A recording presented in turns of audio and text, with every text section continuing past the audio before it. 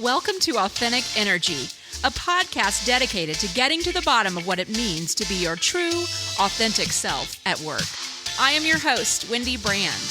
Let's take this learning journey together as I meet with guests weekly.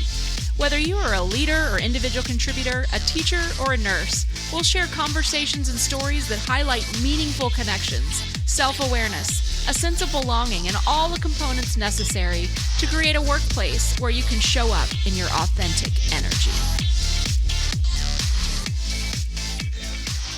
Welcome back to Authentic Energy. I'm Wendy Brand, your host.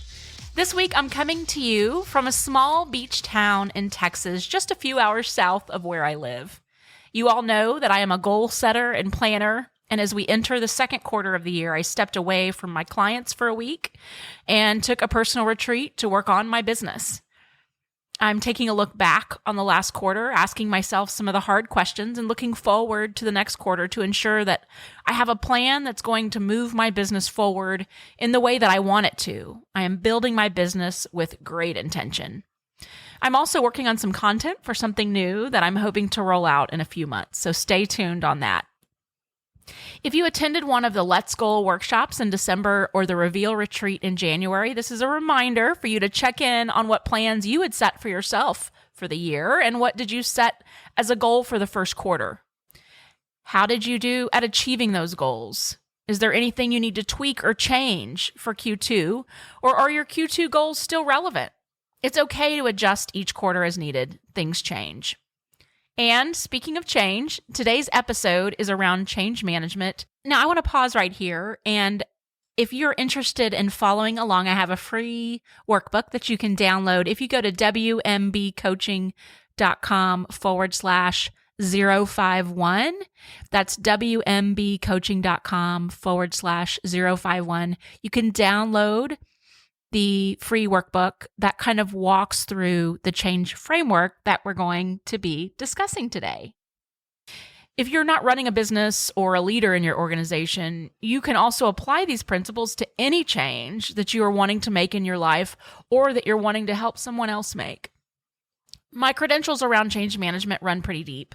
I was certified in ProSci's organizational change model, and my master's in organizational development and leadership was heavy in change management. But besides the academic experience, my work experience has allowed me to lead large organizational transformations in multiple roles and industries. So today, I'll walk you through a change framework that a colleague and now very dear friend of mine, Deanna Rutland, and I created about 6 years ago. We created this framework for the tech company that we worked for at the time and rolled it out to the organization with some success. I'm not sure if they still use the framework today, but I've used it in other organizations since, and it's been really impactful. You'll also notice and I mentioned that I was certified in ProSci's change management model, and you'll notice some of that in here as well. But before I roll into the organizational framework, I want to explain the process that an individual goes through before they completely buy into a change. It's important to understand this because if you're trying to get buy-in or change someone's mind, it's important to understand their emotional response to change. It's not just an overnight acceptance, but a process that an individual goes through to formally buy in to that change. It's similar to the stages of a grief process. There's actually a model called the Kubler-Ross grief cycle that was named after the creator, psychiatrist Elizabeth Kubler-Ross. The 5 stages of grief are denial, anger, depression, bargaining, and acceptance. Similarly, there are 7 stages that an individual goes through when presented with a change at work or even personally. Those stages are shock, denial, frustration, depression, experimentation, decision, and integration. So you notice some of the similarities there, the frustration, the depression, the denial, those emotions that someone gets when they're confronted with something different, something new. And so these 7 stages are mapped out on what's now called the Kubler-Ross change curve. If you can envision a line graph with an x-axis along the bottom, that's time, and the y-axis that's running up and down is morale and competence. Going through the change curve takes time, and it doesn't happen overnight. And during the time that it takes to go through this acceptance process, the morale of the individual and often the organization can take a dip, and that is 100% natural. There are a lot of people that don't enjoy change. I have to say I'm probably a rare breed because I am invigorated by change. But it doesn't mean that I don't run through the range of emotions, the initial shock that something is changing, denial that I will have to do things differently, frustration that it's happening to me, maybe some depression. It's not something that I'm used to, and my brain is trying to figure out how I'm going to make the transition. But then it starts to shift up with experimentation, dipping my toe in the water and testing out this new thing. Process, place, etc. And then finally making the decision to commit to this new way, and finally integration.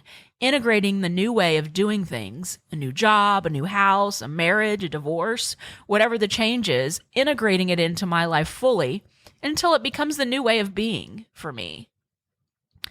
So with that understanding of what the individual is experiencing, I'll introduce you to the chair model.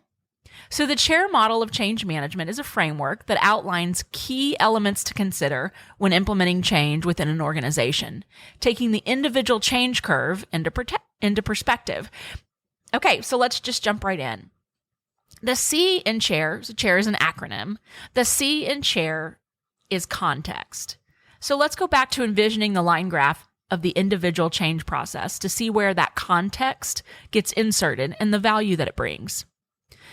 We're going to use a business example of, let's say, an employee finding out that the software that they use every day will be changing. This is the system that they log into daily. It's where the bulk of their work is done. So we'll start with the employee hearing that a change will occur. This kicks off the change process. As you can imagine, and as we've discussed, they are likely to experience shock the first time they learn that something will be changing. And we can find them in the middle of the morale axis. So when they receive the news of that change, the curve drops a little at that point with shock, right? So their morale is going down a bit. Something's changing. What the heck? So the first thing we want to have quickly for them is context. In order to provide context to employees, you need to fully understand the impacts that will have on that employee. It's not just about sharing that a change is coming and communicating. Yes, that is part of change management, but it's also about considering the current situation within the organization, including its culture. So its current change status. For example, have there already been 100 changes that have rolled out? And so there's this change fatigue, as we call it. What about their support structure? Do they have a strong management team that will support them during this change? And the external environment, what's going on for them at home? Are there other things going on that will make them less accepting of this change? So providing them context helps them to understand the why of the change, but we also have to help them answer what's in it for me, the WIFM, if you guys are familiar with that phrase, WIFM, W-I-I-F-M, what's in it for me? This is always a question that you answer for someone going through change to help them get buy-in. So is this change going to make their life easier and simplified? Even if it is, it will likely be difficult first before it gets easier. So really helping them see the ease that it will bring to their life once it's complete will allow them to get through this stage more quickly. It's about building awareness and also creating a sense of urgency. Context is providing them with the information they need to understand why the change is occurring. And even with that context, they're going to still likely experience denial, and they will likely still feel frustration and maybe even some depression, depending on what else is happening to them at this time.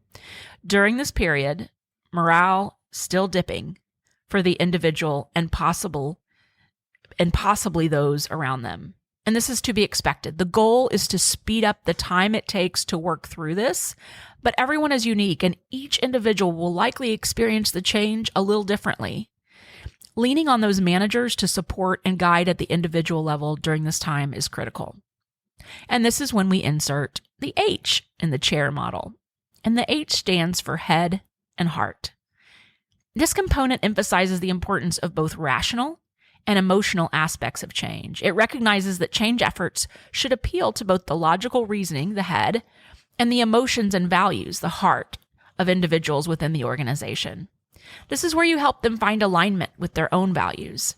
If we can get them to engage with their head and heart, they will be engaged to actively participate in the change, which is the overall goal.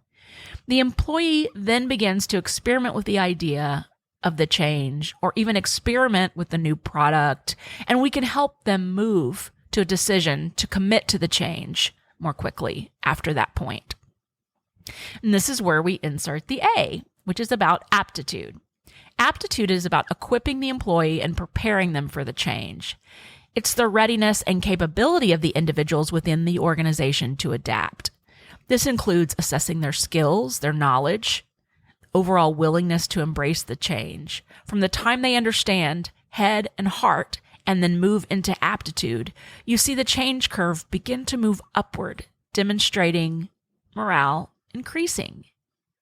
An example of the aptitude, especially in the scenario that we're using here, where there is a new software, there is training that in order to have that aptitude and that confidence in the new system, they'll need to have training.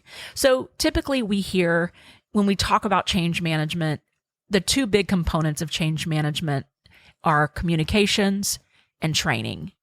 And it's obvious, as we've already discussed, that those are two big components and very important. But it's the little pieces in between, like the support from management, helping them understand the why, getting their head and heart engaged, aligning with their values. These are all things that are unique to the individual, and training and communication won't necessarily solve. So next is the I, iteration. Iteration emphasizes the iterative nature of change management. It suggests that change efforts should be flexible and adaptable, allowing for continuous feedback, learning, and adjustment throughout the change process. It is in this phase where employees become able to repeat the change and fully integrate it into their work. They make the decision to commit to the change, and when done well, they're able to tell the story of change and see where they fit in. And so this is really important, this iteration piece. This is about listening and learning, taking feedback, and making changes as you go along, making changes to the changes, right? It's like it's the micro of the macro. It's within a change effort, there might be change, and that's okay. So really getting their buy-in at this point is this is when they're committed to the change and they're integrating it into their new way of working. And so that final stage, the final stage, is reinforcement. And this can be the hardest, but also the most important part. Reinforcement involves providing ongoing support, incentives, and rewards to individuals to sustain their commitment to change. This is where I see organizations getting it wrong over and over and over again. Having reinforcement helps to ensure that the desired change becomes embedded in the organization's culture and practices. If you notice behaviors or actions that are going backward to the old ways of working, it's important to step in to help guide them back to the new way and continue to reinforce the change. This part is critical. So many times, it feels so much easier to the employee to go back to doing things the way they know how to do them. That's where their confidence lies. That's where they're comfortable. So it's really important to build that confidence and comfort level along the change curve so that when they get to the end and you're going back to reinforce, it's just giving them further confidence. That's it. That is the chair model for change management. I hope this made sense. And don't forget to go grab the workbook online at wmbcoaching.com/051 if you want to make some notes on the subject. I've included the graphic of the Kubler-Ross change curve that we discussed with an overlay of the chair model to hopefully give you a better visual of what we were discussing today. That's it. Next week, we'll have a guest joining us to talk business and thrive culture. And don't forget the Tuesday episodes are there to help you make personal changes and guide you to finding your true, authentic energy. If you enjoyed this episode, please rate it and share it with a friend. And if you want to connect with me directly, I'd love to hear what you think. Email me at wendy@wmbcoaching.com and let me know. Thanks so much for listening.